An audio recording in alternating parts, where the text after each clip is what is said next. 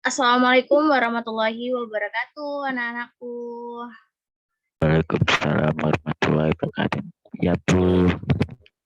Alhamdulillahirrabbilalamin. Wassalatu wassalamu ala asrofil anbiya wal mursalin wa ala alihi wa sobihi ajma'in amma ba'du.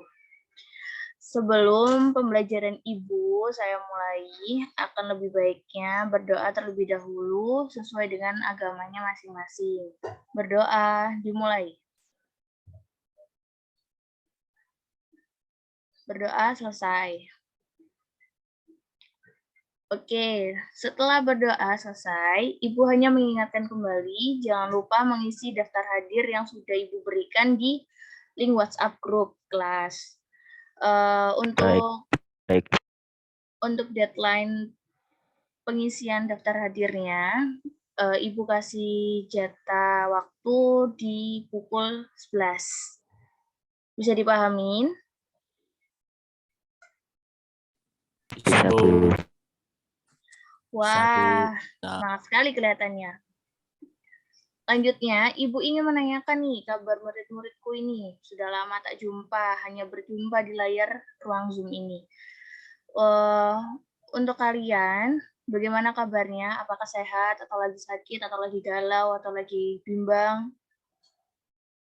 Lagi apa nih kabarnya? Alhamdulillah Bu. Baik Bu, sehat-sehat. Lagi kondisi apa? Dalam tidak kondisi sakit?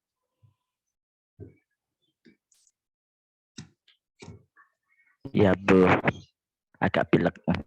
Oh, agak pilek. Semoga cepat sembuh ya. Pilek ya Bu. Ya Bu. Untuk awal semester ini, kita akan memulai pelajaran baru. Nah, di awal pembelajaran ini, kita akan belajar mengenai teks laporan hasil observasi. Lalu, setelah itu, pada pertemuan pertama ini, Ibu akan mengenalkan mulai pengertiannya, ciri-cirinya, struktur, hingga tujuan dalam laporan hasil observasi itu. Ibu ingin bertanya, apakah ada yang sudah mengenal tentang teks laporan hasil observasi itu? Ayo. Tidak ingat Bu. Tidak ingat. Tidak ingat Bu. Baik. Lupa Bu. Belum belajar Bu. Baik, Ibu akan kasih gambarannya. Untuk teks laporan hasil observasi itu tentang bagaimana mengandung sesuatu pelaporan yang akan dijadikan hasil pengamatan. Jadi, teks laporan hasil observasi itu akan dilakukan untuk hasil pengamatan yang bertujuan untuk memberikan informasi kepada pemberi atau pembaca, dan oleh karena itu teks ini dibuat berdasarkan data-data yang valid, nyata, dengan kondisi apa yang terjadi di lingkungannya. Seperti itu. Oke, untuk selanjutnya Ibu akan memberikan materi melalui PowerPoint atau PPT. Ibu izin share screen ya. Baik Bu. Siap Bu.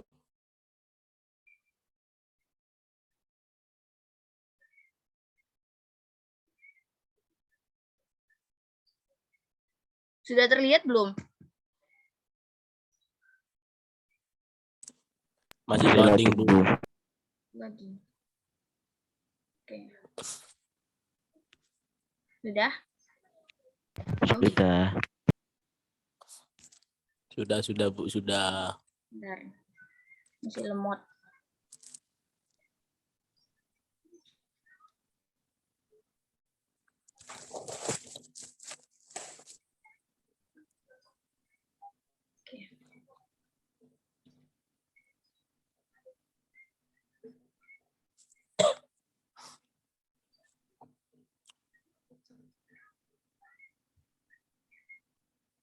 Teks laporan hasil observasi di kelas 10.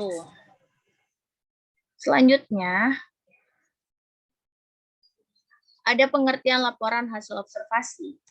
Observasi adalah suatu kegiatan yang dilakukan untuk mengamati suatu objek secara rinci dan detail.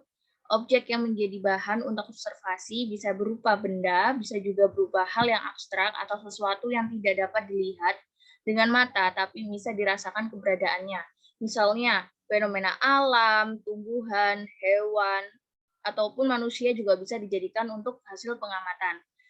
Lalu ada juga pergeseran budaya atau kondisi sosial yang terjadi di sekitar lingkungan kita. Jadi, teks laporan hasil observasi itu sendiri adalah sebuah teks yang memberikan informasi secara umum, rinci, dan detail tentang suatu objek yang berdasarkan fakta dari hasil pengamatan secara langsung atau bisa dibilang terjun ke lapangan.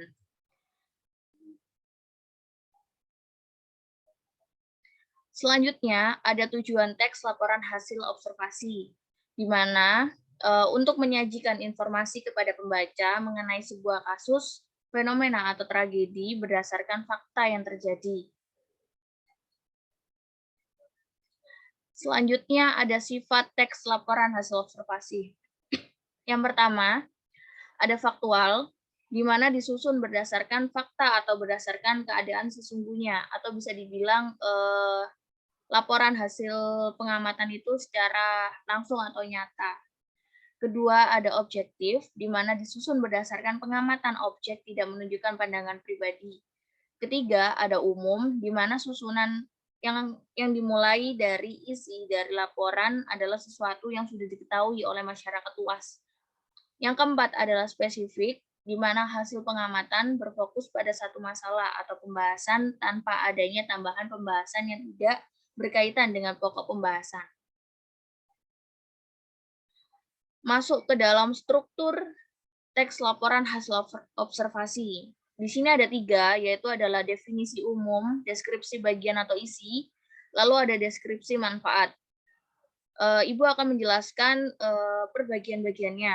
Yang pertama adalah definisi umum, yaitu pembahasan harus memiliki gambaran umum yang membuat informasi tentang objek observasi, waktu observasi, asal-usulnya, lokasi observasinya, dan informasi umum lainnya, atau bisa dibilang dengan tambahan data pendukung. Selanjutnya ada deskripsi bagian atau isi, yang berisikan mulai dari inti, dari hasil observasi yang dilakukan, dapat berupa klasifikasi yang bersifat teknis, dan deskripsi yang menjelaskan masalah secara lebih spesifik. Selanjutnya, ada struktur, lanjutannya tadi definisi umum sama deskripsi bagian atau isi. Terakhir ada deskripsi manfaat, di mana bagian ini juga berfungsi sebagai penutup laporan. Penulis bisa menjelaskan tentang manfaat dari laporan yang dikerjakan, misalnya sebagai masukan kepada pemerintah atau dinas terkait agar segera mengatasi masalah yang terjadi atau bagaimana cara pemanfaatan sampah agar menjadi benda yang berguna bagi manusia. Jadi kebanyakan pemerintah saat ini kan belum bisa mengatasi banjir yang terjadi di Indonesia. Jangankan di Indonesia, di Jakarta pun masih belum bisa mengatasi. Jadi itu bisa dijadikan bisa dijadikan deskripsi manfaatnya, hasil pengamatannya itu bisa dimasukkan ke dalam laporannya. Seperti itu. Dari sini apakah ada pertanyaan? Tidak, Bu. Oke, Ibu Saya akan izin, Bu. ya. Saya izin mau bertanya, boleh? Boleh, silakan. Silakan Adiki. Saya mengenai langkah apa saja, Bu, dalam mengonstruksi teks laporan hasil observasi itu. Oh, tentang langkah-langkahnya. Ya. Baik. Sebelum Ibu menjawab, Ibu akan menjelaskan ciri-cirinya dulu sampai akhir, nanti baru Ibu akan menjawab pertanyaan dari Nadiki. Seperti itu ya. Ya, Bu. Oke. Ya, oke, Bu. Ibu akan melanjutkan, yaitu adalah ciri-ciri teks laporan hasil observasi, di mana ada 4 juga. Yang pertama adalah berisi pembahasan berupa ilmu tentang satu objek. Yang kedua adalah membahas objek yang bersifat umum. Ketiga, bertujuan menjelaskan dari sudut pandang ilmu. Keempat, membahas objek secara sistematis dan terstruktur yang merinci setiap bagian dengan objektif.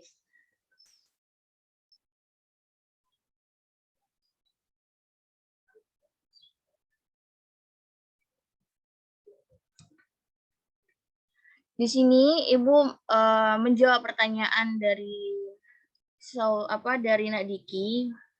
Bagaimana sih langkah-langkah dalam langkah-langkah mengonstruksi dalam teks laporan hasil observasi itu? Ibu akan menjawab bahwa langkah-langkah yang akan digunakan dalam mengonstruksi teks laporan hasil observasi tersebut, yang pertama adalah menentukan topik. Itu juga bisa yang tadi Ibu jelaskan, bisa mulai fenomena alam, tumbuhan, hewan, hingga manusia pun bisa dijadikan objek. Bisa dijadikan bahasanya itu sumber rujukannya. Yang kedua, ada menyusun kerangka laporan yang akan disusun berdasarkan hal apa saja yang akan dilaporkan berkaitan dengan objek atau peristiwanya. Yang ketiga, ada menentukan informasi yang diperlukan dan cara mencari informasi. Yang keempat, menata informasi yang diperlukan sesuai struktur teks observasi, yaitu definisi umum, deskripsi bagian atau isi, lalu ada deskripsi manfaat. Mungkin Ibu bisa menjelaskan itu, apakah bisa dipahami, Nadiki? Baik, Bu. Sudah paham. Terima Oke, kasih atas alhamdulillah. penjelasannya, Bu. Iya, sama-sama. Baik, kalau begitu Ibu akan memberikan tugas kelompok tentang mencari topik lalu didiskusikan dengan kelompoknya beserta apa topik yang diambil itu nanti dikasih foto seperti clipping lah tugasnya. Dan Ibu harap satu kelompok itu diisi dari 4 hingga 5 orang dan dikumpulkan perwakilan kelompok saja. Dan itu Ibu harap sama-sama kerjasamanya jangan sampai hanya mengantungkan satu nama aja, jangan bahasanya jangan nimbrung nama di kelompok itu. Dan untuk deadline-nya, pengumpulannya Ibu tunggu di pertemuan kedua atau minggu depan. Mungkin apakah udah dipahami tentang tugas-tugasnya? Apa kurang paham?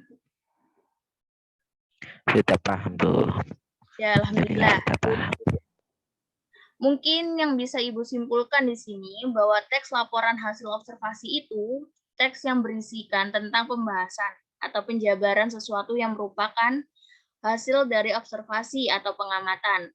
Teks ini juga bisa disebut dengan teks klasifikasi yang sudah dijelaskan tadi, karena di dalamnya terdapat klasifikasi tentang sesuatu yang berdasarkan kriteria khususnya. Jenis teks ini selalu berisi tentang deskripsi bentuk, ciri-cirinya, dan sifat umum dari objek yang diamati, baik itu benda, manusia, hewan, dan tumbuhan.